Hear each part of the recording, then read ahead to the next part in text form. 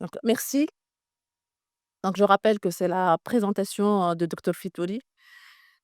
Alors les aslos élevés et après, bien sûr, c'est, directement notre pratique. Donc on sait tous que, on demande peut-être beaucoup d'aslos et toutes les conséquences de l'interprétation de cet examen complémentaire, des conséquences thérapeutiques et diagnostiques, bien sûr. Alors, c'est vrai qu'il y a une recrudescence des infections à streptocoque, bêta-hémolytique du groupe A, avec des atteintes cutanées de plus en plus fréquentes par des impédigos, érysipèles et cetera et des atteintes, ORL, l'atteinte par scarlatine, les pneumopathies et cetera. Là, c'est confirmé. Donc en France, on voit qu'il y a une recrudescence importante et continue de cette infection à streptocoque A et bien sûr, tout ce qui en découle des complications post, infectieuses, pas uniquement le RAA, mais aussi la GNA et donc aussi tout ce qui en découle de la phobie des médecins d'indiquer des ASLO ou de démarrer, carrément suite à cet examen complémentaire, une prévention par la benzathine pénicilline ou l'extensiline.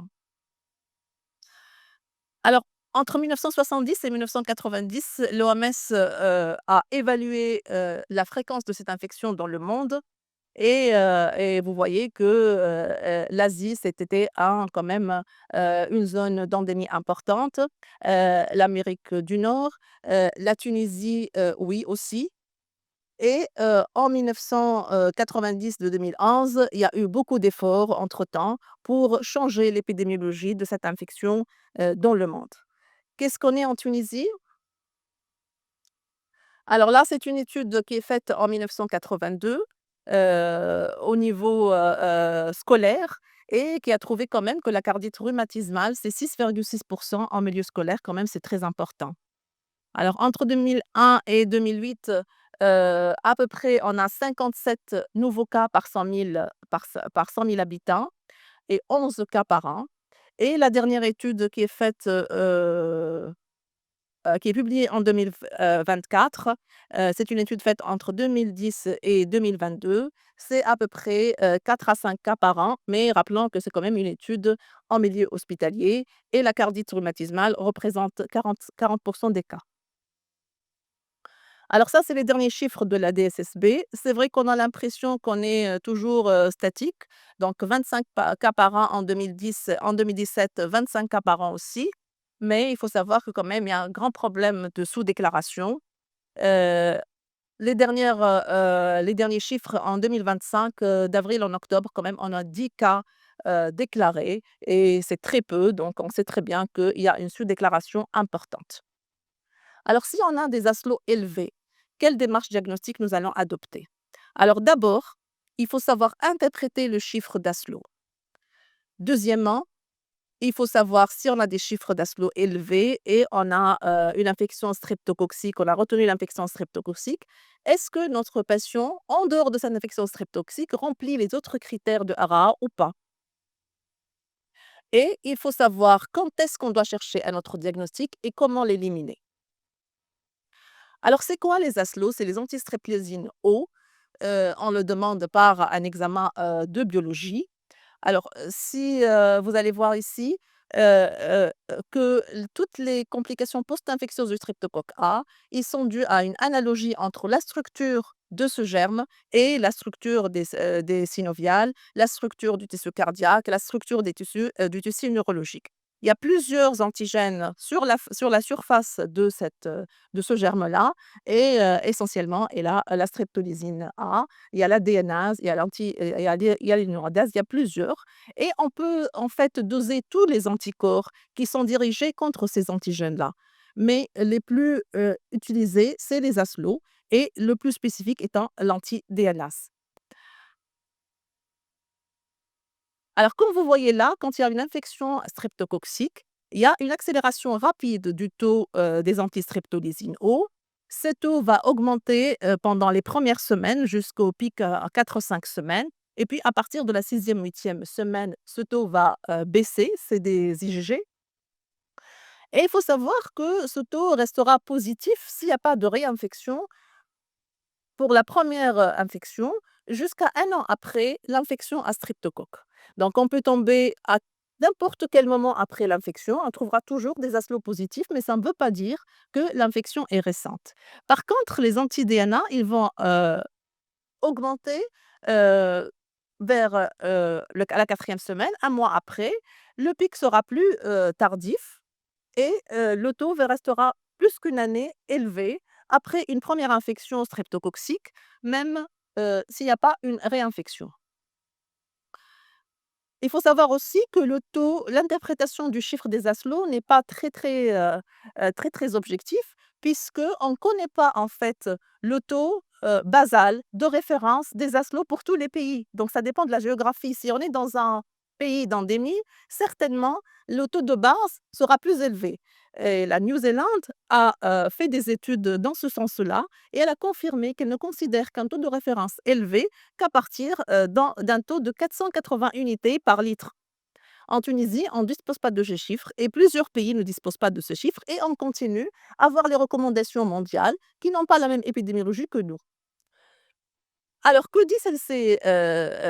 disent les chiffres internationaux? Eh ben, un taux d'Aslo est significatif à partir d'un taux supérieur à 200 unités par litre. S'il est inférieur ou égal à 200, il n'y a pas d'infection récente. S'il est supérieur à 200, l'infection streptococcique a survenu certainement, mais on ne sait pas si elle est récente ou ancienne. Et quand on redose une autre fois après 15 jours le taux des Maslow et si on trouve une ascension, on va dire que l'infection récente, elle reste toujours probable. On ne confirme pas l'infection récente à streptocoque si le taux après 15 jours, va s'élever puisqu'il s'agit d'IgG en fait. Il faut savoir aussi qu'il y a des faux négatifs. Quand on trouve les aslos négatifs, on est, dans l'erreur peut-être dans 20 à 30 des cas. Il y a aussi des faux positifs et dans la population générale, 10 des taux des aslos peuvent être positifs sans qu'il y ait une infection, à Streptocoque A. Savoir aussi qu'il y a des réactions croisées qui vont élever le taux des aslos, comme les streptocoques C et D, comme les dyslipidémies, le lupus et la cholestase. Donc, il faut savoir correctement interpréter l'autodésaslo en se basant sur la date par rapport à l'infection et en sachant qu'il y a des faux positifs, il y a des faux négatifs et que l'élévation après 15 jours des aslos ne confirme pas du tout que, il y a une infection, récente. Alors la principale complication, post-streptocoxique étant le RA et les critères de Jones de 2004 vont, poser le diagnostic de RARA s'il y a 2 critères majeurs ou un critère majeur et 2 critères mineurs avec une preuve d'infection streptococcique. Alors les critères majeurs étant l'arthrite, la cardite, la chorée, l'érythème de Besnier et l'endocité de Ménette. Il faut savoir que les signes cutanés dans le RAA sont très rares, de 6 et de 3 et les critères mineurs étant les arthralgies, la fièvre, l'AVS supérieur à 60, la CRP supérieure à 30 et le PR qui est allongé. En 2015, donc ces critères ont été révisés. Donc il y a eu 2 modifications. La première modification, c'est qu'on a classé les populations en populations à risque élevé ou modéré et des populations à faible risque. Alors c'est quoi une population à risque élevé ou modéré? C'est toute population qui appartient à une zone d'endémie si l'individu a des antécédents familiaux de RAA, s'il a des antécédents personnels de RAA ou s'il a des conditions sociales précaires. Là, c'est des groupes à haut risque. Le reste, c'est des groupes à faible risque. Et la deuxième chose qui a changé en 2015, c'est qu'il y a eu des modifications de la valeur des critères de Jones, majeur ou mineur. Donc ça a été modifié selon le risque, justement, selon la classification de l'individu dans une population à risque ou non. Ceci pourquoi? Ceci pour faciliter le diagnostic s'il y a une présentation atypique ou retardée dans les individus à haut risque. Alors, qu'est-ce qui a changé? Alors, pour les arthrites, c'est toujours un critère majeur. Pour la population à haut risque, on retient maintenant la monoarthrite comme un critère majeur, ça a été toujours le cas d'ailleurs, mais pour les populations à faible risque, on parle de critères majeurs que lorsqu'il s'agit d'une polyarthrite. Pour les polyarthralgies, ce critère qui était, mineur, dans tous les cas, eh ben, maintenant, il est majeur quand il s'agit d'une population à risque et il reste mineur quand il s'agit d'une population à faible risque. Alors les monoarthralgies maintenant, c'est un critère mineur qui est considéré chez la population à risque et qui n'est pas considéré dans la population, à faible risque. La fièvre, c'est toujours un caractère mineur, mais on la considère à partir d'un 38 dans la population à risque et d'un 38,5 dans la population à faible risque. L'AVS, elle est si elle est supérieure à 30, donc elle est considérée dans la population à haut risque. Par contre, dans la population à faible risque, l'AVS devrait être supérieure à 60 et la CRP supérieure à 30 dans les 2 groupes. Alors toujours la cardite clinique ou infraclinique, c'est un caractère majeur. La chorée, l'érythème de Besnier, les nodules de Maynette, c'est toujours un critère majeur et l'allongement de PR reste toujours un critère mineur pour les 2 groupes et toujours, on doit avoir 2 critères majeurs ou un critère majeur et 2 critères mineurs avec une preuve d'infection, streptococcique pour retenir le diagnostic.